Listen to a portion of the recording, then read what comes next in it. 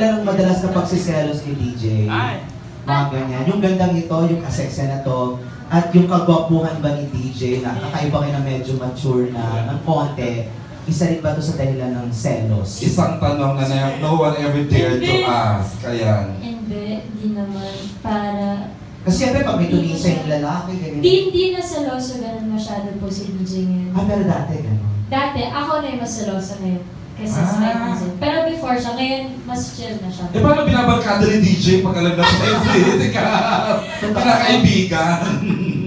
Totoo, DJ. Binabarkada mo para maano na? Hindi, baka binabarkada nila ako. Para? Hindi, relax na ako man. Wow. Secure alam naman na nila. Wow. Yung mga tatanga-tanga, yun.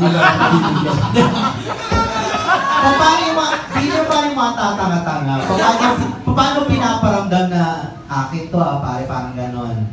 Wala, hindi ko pinaparamdam. Kaya nga sila tatanga-tanga pag di pa nila naramdaman. Ang cute ng statement na yun aminin nyo, napaka-simple pero that says it all. Yun lang.